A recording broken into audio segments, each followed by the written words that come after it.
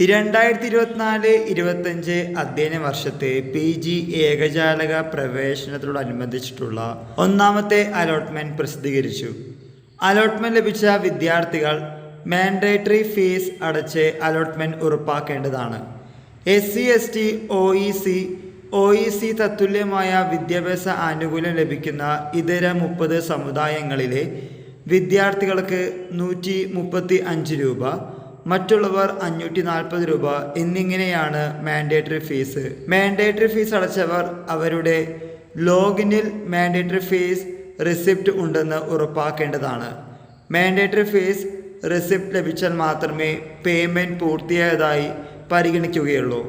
Mandatory fees അടയ്ക്കുന്നതിനുള്ള link July 27 വൈകിട്ട് 5 മണി വരെ ലഭ്യമാകും.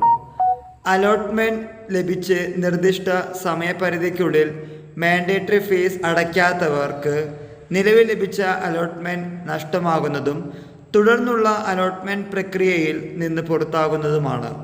കേരളത്തിന് പുറത്തുള്ള സർവകലാശാല സ്ഥാപനങ്ങളിൽ നിന്ന് ബിരുദം നേടിയവർ അതാത് സർവകലാശാലയിൽ നിന്നും ആ സർവകലാശാലയിലെ വിദ്യാർത്ഥി ആയിരുന്നു എന്ന് തെളിയിക്കുന്ന സാക്ഷ്യപത്രം, ബോണഫൈഡ് സർട്ടിഫിക്കറ്റ്, അവരുടെ മാർക്ക്, ഗ്രേസ് കാർഡിൽ മാർക്ക് ശതമാന വിവരങ്ങൾ രേഖപ്പെടുത്തിയിട്ടില്ല എങ്കിൽ മാർക്ക് ശതമാന വിവരങ്ങൾ തെളിയിക്കുന്ന സാക്ഷ്യപത്രം തുടങ്ങിയ രേഖകൾ പ്രവേശന സമയത്ത് ഹാജരാക്കേണ്ടതാണ്.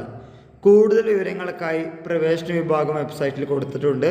ഇക്കാര്യം മനസ്സിലാക്കി മുന്നോട്ട് പോവുക. PG കാലിക്കറ്റ് യൂണിവേഴ്സിറ്റിയിൽ ചെയ്യാൻ താല്പര്യമുള്ളവർ വിശദമായി വായിച്ച് ഇക്കാര്യങ്ങൾ ഫ്രണ്ട്സുമായി ഷെയർ ചെയ്ത് മുന്നോട്ട് പോവുക. എല്ലാവർക്കും ഒരിക്കൽ കൂടി നന്ദി, നമസ്കാരം.